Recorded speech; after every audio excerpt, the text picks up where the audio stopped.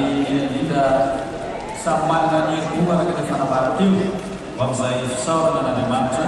fankalazana azy manokana aloha zao fanaovantsika sorona masina lehibe izay iampitahaka ray aman'antsika miala amin'ity toeran'ny tany ity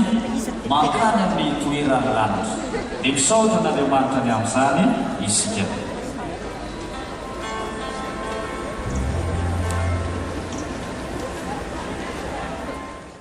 Misaotra n'Andriamanitra isika fa ray aman-dreny nahavita mety koa tamin'ny fiainanao, tamin'ny fiainantsika ity ray aman-drenitsika ity mampandroso antsika menakavy aza misy misalasary sokafy mivavaka isika miteran'Andriamanitra isika fa zany indrindra no ty zany no nampianariny antsika ary dia ezaka isika menakavy ny hanatanteraka izany rehetra izany. Androany ary zoma 10 janoary taona 2020 sorona masina isaorantsika n'Andriamanitra anaovan'ny son éminence monseigneur cardinal Gaëtan cardinal Razafy Natandra velomantsika ary vavahantsika ho azy ny teny manentana ny fiainany dia ny hoe ho iray ane izy rehetra dia tonga eto daholo isika menakavy vory marobe ny lafivanin'nosy mameaja sy voninahitra nyty ray aman-dreny miazakazaka midododo raha voanarefa hoe lasa ilay andrareny ny fiangonana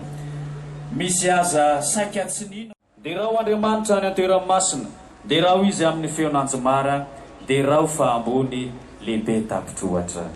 miangavantsika menakavy izay mipetraka hitsangana iventy ny hira fidirana isika menakavy ao amin'ny boky fandarana pejy voalohany.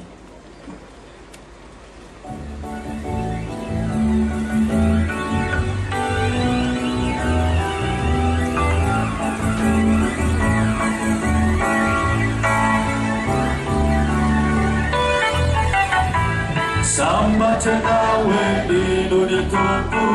Sambatre Natau ni tuku Zevolasanya nawe Sambatre Sambatre nawe lilo ni tuku Sambatre Natau ni tuku Zevolasanya nawe Sambatre Dera wana matana kwera ni masina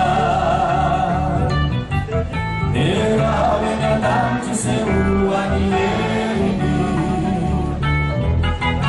Dera wani nasa ni feufalefana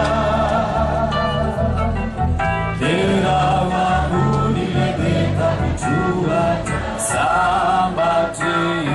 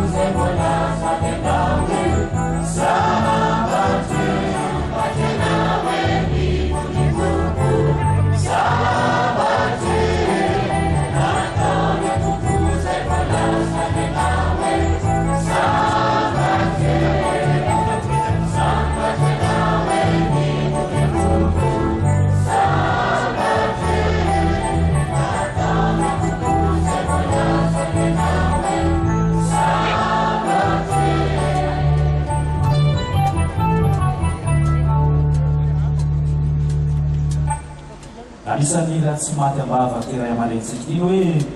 inzay fa miantso ala ifeo ny fidiavana ame otsofona rano izy hototsoto tsara any amin'ilay toerana efangelizana aina ampianariny antsika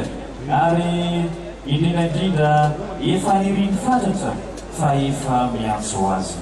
jereo any amin'ny farany bokentsika menakavy hoe